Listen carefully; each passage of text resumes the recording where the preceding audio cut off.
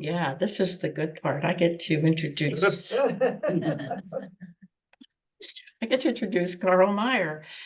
I've known Carl for a little while, mostly because he sits in the back and he's really quiet, but he has a really good sense of humor. Well, Carl is a fellow traveler on the spiritual path. He has been an active chapel member since December of 2014. He is a past president of the board of directors, no small task, a certified healing practitioner, and has dutifully served the chapel in many ways. Carl is pursuing many metaphysical aspects of walking the spiritual path and is placing his emphasis on learning many attributes and modalities of healing. Carl is certified by the National Association of Transpersonal Hypnotherapists as a transpersonal hypnotherapist. Carl joined the Newport News Shipbuilding in 1984 as a technical writer, and after spending 6 years on active duty with the Navy. In 1985, he joined the Navy Reserves, retiring from Naval Service after 26 years. He currently works as an Information Systems Analyst. And please welcome Carl. I'm looking forward to all his comments. Morning. How y'all doing? Let's start with a prayer. Bow our heads, please. Just for today, help us, God, to remember that our lives are a gift, that our health is a blessing, that this new day is filled with awesome potential, that we have the capacity to bring something wholly new and unique and good into this world. Today, I'm going to talk about the Healing Temple. I've worked with it quite a bit, and it's the source of where I draw my healing from. I work with angels, and I've taken people there before during a couple of the NATH conferences. Dawn and myself, we did a presentation for people, workshops, to show other hypnotherapists how to bring their clients there. It's made up of building like a temple. There's stairways, and it's filled with angels. Usually when people go up there, there's like 3 angels by a healing table, and they work with the person to scan them to see what's going on and to give them energy. When I do it, I can either take them there. It depends on the person, whether they're open, and whether I take them up there or whether I just send them energy. When I send them energy, I do a silent prayer to myself. I say, calling all healing angels, please join with me to form a healing team to send energy to whoever the person is. And then I go ahead and start sending energy. Like my teacher says, it's all within everybody. Just allow it. And that's like the hardest part, is to get out of our way, get out of our own way, and start to open up, both receiving and sending energy. But everybody can send energy. They can send good energy and they can send bad energy. Hopefully everybody's sending good energy, but negative thoughts sometimes have an impact on others, which is not good. So we started going to the Healing Temple. My aunt was sick with Parkinson's, and my dad had passed, and I was doing sessions with Dawn. I was taking her up, and she was visiting the relatives, and I was getting information back. And one time we were talking to my dad, he had passed on, and he had said, why don't you take her? I was talking to about if there was anything he knew on that side to help my aunt with her Parkinson's. And he said, well, why don't you take her to the Healing Temple? I was like, Healing Temple, what's that? I was like, okay. So it was really, the synchronicity of everything was pretty cool, because for my job, I'd been going out to Bremerton, and that's where my aunt was living at the time. She's been living out there all her life, pretty much. So one of my trips out there, I got with my aunt, and I was a hypnotherapist then, and I tried to take her up to the healing temple, and it just wasn't. I guess it might have been that I had just started doing it or trying to do it, and she just wasn't ready to get up there. So I had also bought some tapes for her on self-healing and stuff like that, and given that to her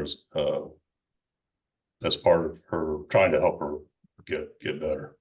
So, but it didn't end there. I started, Dawn got sick, and so I went ahead and tried to take her as well, and she's much more open. She goes into trance pretty much at the drop of a hat, so it was really fruitful. So I got her up to the healing temple, and I met one of the head angels. We call her Grace. She said, "You can call us whatever, or call me whatever you want." So I said, "Grace is a good name," so we give her that. And so that started visits that spanned about 3 years. And I found out that I'd been traveling since I was a kid, and I was going up there and hanging out with them. So that was pretty cool. I didn't know it. I travel at night, but I don't remember it. I don't bring that information back with me yet. And just recently, I hadn't been up there in a while.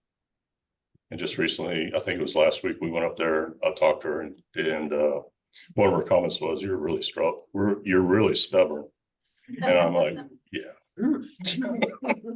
Because I don't want to give up that control, even in trance. I'm better at taking people up there than I am other people working with me to try to get up there, because I don't give it up. So when they say you got to get out of your own way, that's easier said than done sometimes. So I'm working on it. I'm a work in progress, and I'm flawed, so I'll get there eventually. And she did say her ruler had gotten. I talked to her, and I call her the Penguin because she reminds me of the sister in the Blues Brothers, and they look like penguins. And anyway, it's like an inside joke. So she said, "Yeah, my ruler has gotten a lot bigger. So if I get smacked upside the head, it's her correcting me." But it's been a pretty wild journey. It's been really informative, instructive, and the last thing she said to me, you're supposed to help many. And she's more or less like, "You need to get started and start doing this." I was like, "Okay." But and then she said, "You know what to do." And I'm like, I hate those answers. But anyway, so we got here. When you go up to the healing temple, everybody sees something different, but they all have in common that there's a healing table there, and that there's people or angels there to help you. Usually there's like 3. One lady that I took up there, she saw like little short people with tool belts and stuff. And I'm like, oh, okay, that's new. But usually it's angels, and they help them. There's a healing table that's marble usually, and there's a prayer room. In the prayer room, they say that that's where all the prayers are heard. And if somebody like myself would go in there, I keep trying to go in there, but they keep like, no, can't go in there. It would like drive you crazy with all the different conversations going on, and somehow they keep track of all that. They listen to every prayer, so that's really important to know that your voice is heard.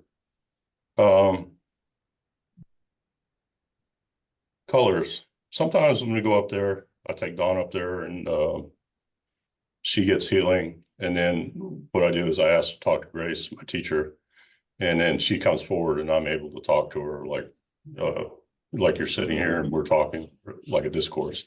And I was like, "Where's Dawn?" She's like, "Oh, she's just resting." I'm like, "Okay, all good." And then some of their colors, when they come out, their robes have a meaning. White is much goodness. Green is miracle or healing. And usually when there's a miracle, which is, they said it's rare, they'll all be wearing green. Purple is special or a royal color. Yellow is a bright future. Red is strength. Blue for clarity, and also to make wise decisions. Orange is kind of a mix of red and yellow. Pink, new and fresh.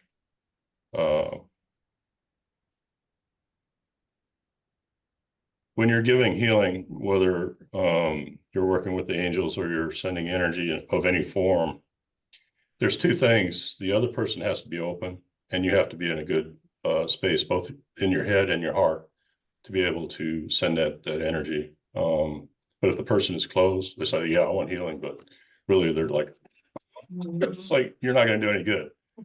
The second thing is, it's got to be part of that person's path to get better. When I was going to another church, there was a lady that would be wheeled in by her family, and she was like a prisoner of her own body. And I kept asking, can I send healing to her? And my teacher would say, it's not part of her path. She's here to learn. And that's part of what she's supposed to learn. And that kind of frustrated me. I sneak a little bit of healing in there. Because I was like, it's not right. But it's not mine to question. Yeah, healing needs to be part of their path. Healing is not always part of the person's journey. You can pray for healing, and there's healing angels that'll come down and help you out. And then there's the healing temple. That's another method. Sometimes once we become aware, like if I take the person up there, their spirit, their higher self remembers, or it comes back to their knowledge that they have that resource. And even without knowing it, you can travel up there at night and not remember it, but you still get the things you need from that resource. When you send energy, it's soul to soul. Both the person that's sending it it's between their mind and their heart to coordinate to give to that person. You don't have to touch them. You just set the intention and allow the energy to flow. But it depends on what you're comfortable with. Like I said, there's both positive and negative healing or energy. Be mindful of that. When you're thinking about other people, try to keep it in a positive light, because you could be affecting them and not know it. There's a couple examples. There was this person that ironed their capri pants with them wearing them, and so they went and burned themselves. So I went and put my hand, I didn't know I could do it, but I put my hand on it, and my hand took the heat from the burn. And that person was screaming because it hurt when I touched it, because the heat was coming out of it, but it kept it from blistering up. So that was pretty cool. I didn't know I could do that. And then one time when we were visiting my friend's son, his wife was having a baby, and the nurse and the doctor, I don't know if it was the nurse or the doctor, had told her it was going to be another week because she wasn't ready to do it. And she was sitting there, she was on the table, she had the tap, the epidural, and she was all ready to go, but they were saying it's going to be another week. So she was on the monitor. I could see the mother's heart rate and the fetal heart rate. So I started talking to her, and I said, this is natural. Your body knows what to do. And then Dawn says, have her dilate. And I was like, okay, dilate. And then the nurse came back in a few minutes later and said, we're having a baby. It was pretty cool. It was all natural. The body knows what to do. You just need to get out of the way and let it happen. Some of the sensations that I've experienced are like floating when I'm in trance and I'm trying to talk to my teacher. And one time I was talking to my teacher, and the next thing I know, it was like I was being pulled forward. I was like, oh, hell no. Pop back. I was like, I'm not going to let that happen. It was like somebody was pulling me out, and I was like, no. But yeah, get out of your own way. She was trying to show me something, and I was like, I wasn't ready for it. Images, when I'm in trance and I'm getting images from my teacher, pictures, and it's based on what I had walked and talked with my teacher before when I traveled up there. And then she'll ask me, what does it mean? And I'm like, and then she'll give me a hint, oh, that's okay. I know what that is. And it has to do with stuff that's going on with me that's on my mind. And she will talk about it and try to get it resolved. So I can put it behind me. The meaning of the images. Guardian angels. We talked about guardian angels when I was up there one time. And what she told me is the mother takes care of the baby for the 9 months that the baby is inside the mother. And then once the baby is born, it's given or assigned a guardian angel. Mm-hmm. And then that guardian angel stays with the person for the rest of their life. I thought that was pretty cool. Guardian angels are already there, always there, taking care of you and looking out for you. I know if my guardian angel, when I was younger, probably worked overtime trying to keep me alive because I did a lot of stupid stuff. One time when I was, I guess, in my 30s, I was still climbing trees doing that. And I went up in the marigold tree of my front yard, and I was trimming the top out of it. And I leaned back against a branch and I heard a pop. And that's all I remember. And then I was hanging upside down in the tree and looking at the ground about 15 feet down, and my ankle had gotten caught in the fork of the tree. And if it hadn't been for my guardian angel, I'd probably not ended up as I'd have probably landed on my head, and that would have been it. And it would have been another reset, do-over, back to square one, the diapers, the whole thing. So why are we here? It's just soul growth. I mean, we go over that here in this chapel many times. Our principles, our chapel principles, the universal laws, we go over those. It's all tied together for soul growth. It's an endless cycle of death and rebirth. You can't get it in one lifetime, so you work through it. You do as much as you can in that lifetime. It's no judgment. You can either, because you've got free will, you can either go along with the things that they've got laid out for you to do, or you can say, next time. But it's free will. But you're meant to grow here. It's a classroom. You're meant to make it better for others. You're meant to do service. Some things for the guardian angel. Got a couple prayers for them. That's kind of an acknowledgement. Angels of God, our guardians, to whom God's love commits us here. Ever the day, be at our side, to light and guard, rule and guide. Guardian angels, in this moment here and now, we call upon you and ask you for your help. Please guide and assist us today and with the rest of our lives as we continue on our journeys. Help us to stay present, positive, and open to the miracles of life in every moment. Thank you for your time.